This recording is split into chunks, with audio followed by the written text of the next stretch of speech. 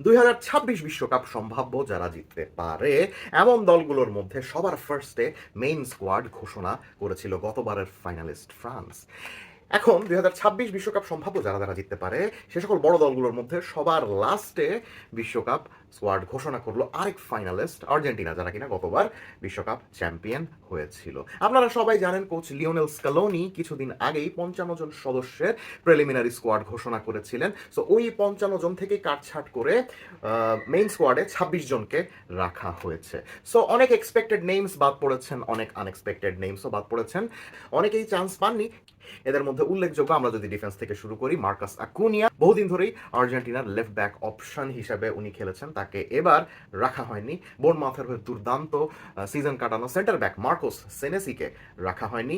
হ্যামবার্গের হয়ে বেশ ভালো সিজন কাটানো ভার্সেটাইল মিডফিল্ডার এবং সেন্টার ব্যাক রাইট ব্যাকেও যিনি খেলতে পারেন সেই নিকোলাস কাপালদোকে শোনা যাচ্ছিল যে হুট করে স্কালোনি মেইন স্কোয়াডে রাখতেও পারেন, কিন্তু শেষমেশ সেটা হয়নি।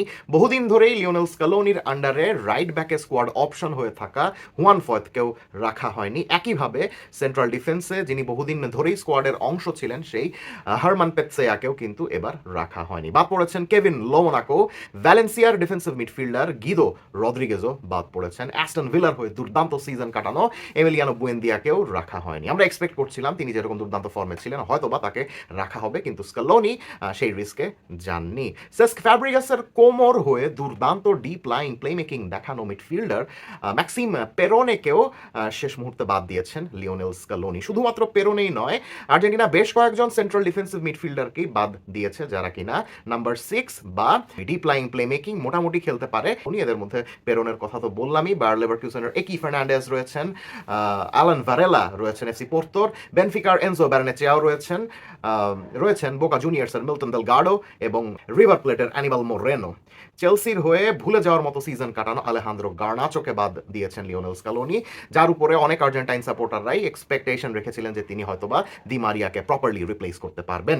সো পরবর্তী মেসি হিসাবে পরিচিতি পেয়ে যাওয়া ফ্রাঙ্কো মাস্তান্তুয়ানো রিয়াল মাদ্রিদের হয়ে নিজের বাজে ফর্মের খেসারত দিয়েছেন, মেইন স্কোয়াডে জায়গা না পেয়ে বাদ পড়েছেন বেনফিকার লুকা প্রেস্টিয়ানি এবং বায়ার লেভারকুসেনের ক্লদিও এচেভেরি, যিনি কিনা নেক্সট সিজন থেকেই ম্যানচেস্টার সিটিতে খেলবেন। এস রোমার হয়ে দুর্দান্ত সিজন কাটানো ম্যাথিয়াস সৌলে বাদ পড়েছেন। অ্যান্ড ইঞ্জুরির কারণে স্ট্রাসবুর্গের স্ট্রাইকার হোয়াকিন প্যানিচেলি যে বিশ্বকাপ স্কোয়াডের সুযোগ পাবেন না, এটা আমরা আগে থেকেই জানতাম। এখন দেখে নেওয়া যাক এই যে লিওনেল স্কালোনি 26 জনের মেইন স্কোয়াড ঘোষণা করেছেন, এই স্কোয়াডের পজিটিভ দিক কোনগুলো? আমার মতে সবচেয়ে বড় পজিটিভ হলো এই দলটার এক্সপিরিয়েন্স।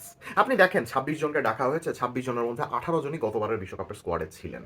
শুধুমাত্র তাই নয়, আপনি গতবারের বিশ্বকাপ ফাইনালে আর্জেন্টিনা যে একাদশটা স্টার্ট করেছিল তাদের মধ্যে এক আনহেল দি মারিয়া বাদে সবাই এইবারের স্কোয়াডে কিন্তু রয়েছেন। আমি মোটামুটি শিওর আনহেল দি মারিয়া যদি অবসর না নিতেন তাহলে তাকেও আই গেস এবারের স্কোয়াডে লিওনেল স্কালোনি রাখতেন। So the main thing is experience. And একটা দলের কোর যখন অনেক বেশি স্ট্রং হয় এবং অনেক বেশি এক্সপিরিয়েন্সড হয়, আপনারা সবাই জানেন যে ড্রেসিং রুমের হারমোনি অনেক বজায় থাকে, খেলোয়াড়দের মধ্যকার ইন্টারপার্সোনাল রিলেশনশিপ অনেক ভালো থাকে এবং তাদের কম্বিনেশনও কিন্তু অনেক ভালো হয়, যেহেতু তারা অনেক দিন ধরে একসাথে খেলছেন। কে ভালো খেলেন, কে খারাপ খেলেন, কার সাথে কার কম্বিনেশন কীরকম, কে কখন দৌড় দেওয়া স্টার্ট করবেন, কে কখন কাউন্টারে উঠে যাবেন, কে কখন প্রেস করা শুরু করবেন, কে কখন পাস দিবেন, কোন দিকে কোন সিচুয়েশনের প্রেক্ষিতে পাস দিবেন, এগুলা মোটামুটি একটা এক্সপিরিয়েন্স কোর থাকলে সবাই কিন্তু সবারটা মোটামুটি ভালো মতো বুঝতে পারেন। সো এইটা এই আর্জেন্টাইন স্কোয়াডের অন্যতম বড় একটা পজিটিভ দিক। মোটামুটি গত বিশ্বকাপে লিওনেল স্কালোনি যাদেরকে ডেকেছিলেন তাদের মধ্যে থেকে 30-31% চেঞ্জ করেছেন এই বিশ্বকাপের স্কোয়াডে। সো যে ব্যাপারটা হয়েছে যে এই স্কোয়াডেরও কোর আইডেন্টিটি সেমই আছে, অর্থাৎ আর্জেন্টিনা গত বিশ্বকাপেও যেভাবে খেলেছিল, যে ফুটবল খেলে, যে স্টাইলে ফুটবল খেলে গত 3-4 বছর ধরে তারা অনেক বেশি সাকসেসফুল, ওই কোর আইডেন্টিটিটা লিওনেল স্কালোনি ইনট্যাক্ট রেখেছেন। সেটা একদম সম্পূর্ণ বদলে দেননি বা সামান্যতম বদলানোর চেষ্টা করেননি তার ট্রাইড অ্যান্ড টেস্টেড ফর্মুলাটা। স্কোয়াড দেখে মনে হয়েছে এবারও আর্জেন্টিনা এমন সকল সেন্টার ব্যাকদেরই খেলাবে যারা অনেক বেশি অ্যাগ্রেসিভ থাকবেন। মিডফিল্ডে আর্জেন্টিনা অনেক বেশি ওভারলোড করবেন। একাদশে যে সকল ফুল ব্যাক খেলবেন তারা অনেক বেশি উইডথ মেনটেন করবেন এবং প্রত্যেকটা খেলোয়াড়দের মধ্যে অনেক বেশি ইন্টেন্সিটি এবং হাই ওয়ার্ক রেট থাকবে। এবং আর্জেন্টিনা যখন ডিফেন্সিভ হবে তখন তারা একটা কম্প্যাক্ট ডিফেন্সিভ ব্লক মেনটেন করবে এবং হুটহাট করে তারা ট্রানজিশনে উঠে যাবে না। তারা মোটামুটি গোটা ম্যাচের সিচুয়েশনটাকে কন্ট্রোল করে তারপরে তারা ট্রানজিশনে উঠে যাবে। এই যে খেলোয়াড়ের 26 জনের মধ্যে 18 জন, এই 18 জন কিন্তু অ্যাটলিস্ট নিজেরা জানে এই দলটার আগামাথা সবকিছুই জানে। বাকি 8 জন নতুন খেলোয়াড়কেও কিন্তু শিখাইতে খুব বেশি সময় লাগবে না। এবং আরেকটা অন্যতম গুরুত্বপূর্ণ পজিটিভ দিক হলো গিয়ে এই আর্জেন্টিনার 26 জনের মধ্যে ম্যাক্সিমাম খেলোয়াড়ই অনেক বেশি ভার্সেটাইল এবং একাধিক পজিশনে খেলতে পারেন। এবং একাধিক পজিশনে খেলতে পারার মতো একাধিক খেলোয়াড় যদি স্কোয়াডে থাকে, তাহলে যে জিনিসটা হয় যে কোচ চাইলেই বিভিন্ন ফরমেশনে, বিভিন্ন ট্যাকটিক্সে, বিভিন্ন টিমের এগেনস্টে খেলতে পারেন, যেটা কিনা আমরা গত বিশ্বকাপে দেখেছিলাম। সো এই বিশ্বকাপে আর্জেন্টিনা ইচ্ছা মতো 4-4-2, 4-2-3-1, 4-3-3, 3-5-2, 3-4-3 যে কোনো ফরমেশনে অনায়াসে খেলতে পারবে। তাদের ওরকম ভার্সেটাইল খেলোয়াড় রয়েছে।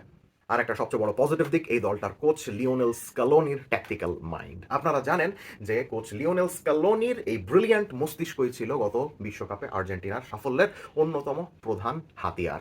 লিওনেল স্কালোনি প্রতিপক্ষ ভেদে নিজের ট্যাকটিক্স চেঞ্জ করতেন, একাদশে নিয়মিত পরিবর্তন আনতেন এবং খেলার মাঝপথে প্রপার সাবস্টিটিউট করতেন। এই সকল সফল সিদ্ধান্তগুলো আমরা বিশ্বকাপেও যেরকম দেখেছি, পরবর্তীতে কোপা আমেরিকাতেও সেরকম কিন্তু দেখেছি। কোপা আমেরিকার কথা স্পেশালি বলতে হয় বিকজ ফাইনালে কলম্বিয়ার হয়ে আমরা কিন্তু দেখেছিলাম যে আর্জেন্টিনা যখন একেবারে গোল করতে পারছিল না, তখন তিনি এমন 3 জন সাবস্টিটিউশন নামিয়েছিলেন যেই 3 জনের মুভমেন্ট এবং বুদ্ধিমত্তার কারণেই কিন্তু ইভেনচুয়ালি লাউতারো মার্টিনেজ একটা গোল করে বসেন এবং সেই গোলের সুবাদেই আর্জেন্টিনা কিন্তু কোপা আমেরিকার শিরোপা জিতে যায়। সো গত বিশ্বকাপেও কিন্তু দেখেছিলাম যে প্রত্যেক রাউন্ডে আর্জেন্টিনার একাদশে চেঞ্জ আসতো, ফরমেশনে চেঞ্জ আসতো, ট্যাকটিক্সে চেঞ্জ আসতো। সো এবারও ওইরকমই একটা কিছু আমরা এক্সপেক্ট করছি বিকজ এই স্কোয়াডের সঙ্গে এখনো লিওনেল স্কালোনি রয়েছেন। এই স্কোয়াডের আরেকটা গুরুত্বপূর্ণ পজিটিভ দিক হলো গিয়ে তাদের মেইন সেন্ট্রাল ডিফেন্সিভ জুটি। নিকোলাস ওতামেন্দির বয়স হয়ে গিয়েছে, তিনি স্কোয়াডে আছেন, তাই এক্সপেক্ট করছি তিনি হয়তোবা মেইন সেন্টার ব্যাকের ভূমিকাতে এবারে আর্জেন্টিনার একাদশে থাকবেন না। কিন্তু ওটামেন্ডি না থাকলেও আমরা গত কোপা আমেরিকাতে দেখেছিলাম যে ক্রিস্টিয়ান রোমেরো এবং লিসান্দ্রো মার্টিনেজের একটা দুর্দান্ত জুটি গড়ে উঠছিল আর্জেন্টিনার হয়ে। এই রোমেরো এবং মার্টিনেজের জুটিটাই আর্জেন্টিনার সেন্ট্রাল ডিফেন্সের মেইন জুটি হবে এই বিশ্বকাপেও, এটাই এক্সপেক্ট করছি। আর এটাই যদি মেইন জুটি হয় তাহলে নিঃসন্দেহে স্বীকার করতেই হবে যে তারা যদি ফর্মে থাকে তাহলে ইন্টারন্যাশনাল টিমগুলোর মধ্যে one of the best central defensive pair এই দুজনের কোয়ালিটিও কিন্তু একে অপরের সঙ্গে কমপ্লিমেন্ট করে। যেখানে ক্রিস্টিয়ান রোমেরো একটু অ্যাগ্রেসিভ, একটু ফ্রন্ট ফুটেড ডিফেন্ডিং করতে পছন্দ করেন, একটু সামনে চলে গিয়ে ট্রানজিশন আটকে দিতে পছন্দ করেন এবং তার বল পায়ে যেহেতু উনি ভালো, সেহেতু পেছন থেকেই অনেক সময় তিনি অনেকগুলো প্রোগ্রেসিভ পাস দিয়ে থাকেন, যেই প্রোগ্রেসিভ পাস থেকে আক্রমণ গঠন করা যেতে পারে, যেটা কিনা এই সিজনে আমরা টটেনহাম হটস্পারের হয়ে দেখেছি। শুধু এই সিজন নয়, গত 2-3 সিজন ধরেই দেখছি যে তিনি ডিফেন্স থেকে অনেক প্রোগ্রেসিভ পাস দেন। তিনি ফিজিক্যালিও বেশ ডমিনেন্ট এবং বিভিন্ন ধরনের গ্রাউন্ড এবং এরিয়াল ডুয়েলসও কিন্তু জিততে পারেন। তার মধ্যে ওই নেতৃত্ব গুণটা রয়েছে এবং মেইন ম্যাচে, বড় ম্যাচে তার মেন্টালিটি ইম্প্যাকেবল। বড় ম্যাচে কিভাবে পারফর্ম করতে হয়, কিভাবে নিজের সর্বশেষ রক্তবিন্দু দিয়ে দলের হয়ে খাটতে হয়, জাতীয় দলের হয়ে খাটতে হয়, সেটা ক্রিস্টিয়ান রোমেরো খুব ভালো মতো জানেন। আর আবার লিসান্দ্রো মার্টিনেজের কথা যদি বলি, হ্যাঁ, সেন্টার ব্যাক হিসাবে তার হাইট কম হলেও তার টাইমিং বেশ ভালো এবং ওই ভালো টাইমিং দিয়েই উনি প্রপারলি অ্যাগ্রেসিভ হয়ে তিনিও কিন্তু ডিবক্সের মধ্যে বেশ ভালো ডিফেন্ডিং করতে পারেন যদি তিনি ফর্মে থাকেন। লিসান্দ্রো মার্টিনেজ যেহেতু বল পায় অত্যন্ত দক্ষ এবং লেফট ফুটেড সেন্টার ব্যাক, তিনি লেফট সাইডের ইনিশিয়াল বিল্ড আপটা, ইনিশিয়াল বল প্রোগ্রেশনটা এবং পিছন থেকে প্রপার পাসিং অপশন হিসাবে বেশ ভালো মতো কাজ করতে পারেন। সো এই রোমেরো মার্টিনেজ দুজনেই যদি ফর্মে থাকেন এবং অফকোর্স যদি ফিট থাকেন, বিকজ আমরা জানি রোমেরো সাম্প্রতিক সময় ইঞ্জুরিতে পড়েছেন, মার্টিনেজও সদ্যই ইঞ্জুরি থেকে ফিরে এসেছেন, তাই এই দুজন যদি ফিট থাকেন এবং ফর্মে থাকেন তাহলে বিশ্বের অন্যতম সেরা ডিফেন্সিভ জুটি এই দুজন। এবার স্কোয়াডের আরেকটা সবচেয়ে বড় পজিটিভ দিক হলো গিয়ে তাদের গোলকিপাররা। গত বিশ্বকাপের কথা এখনো মনে পড়ে যখন এমিলিয়ানো মার্টিনেজ দুর্দান্ত ফর্মে থাকা সত্ত্বেও ফ্র্যাঙ্কো আরমানি স্টার্ট করতে পারেন, এরকম টুকটাক কথাবার্তা কিন্তু শোনা যাচ্ছিল। সো 3 জনের মধ্যে এক এমিলিয়ানো মার্টিনেজ ছাড়া তেমন ইনফর্ম গোলকিপার কিন্তু ছিলেন না, তাই ওই সংশয়টা সবসময় ছিলই যে এমিলিয়ানো মার্টিনেজ যদি ফিট না থাকেন তাহলে তার জায়গাতে যে খেলবেন তিনি কি দিবু মার্টিনেজের মতো ভালো পারফরমেন্স করতে পারবেন কিনা। এবার অ্যাটলিস্ট ওই সংশয়টা আমার লাগছে না, বিকজ দিবু মার্টিনেজ যেরকম দুর্দান্ত ফর্মে রয়েছেন একই রকম দুর্দান্ত ফর্মে রয়েছেন আতলেতিকো মাদ্রিদের Juan Musso. So Dibu মার্টিনেজের form, mentality, performance এগুলো নিয়ে তো কোনো সন্দেহই নেই, বাট ইন কেস কোনো কারণে যদি দিবু মার্টিনেজ না খেলতে পারেন সেক্ষেত্রে সেই জায়গাটা নেওয়ার জন্য একদম রেডি আছেন হুয়ান মুসো। আরেকটা পজিটিভ দিক নিঃসন্দেহে আর্জেন্টিনার মিডফিল্ড।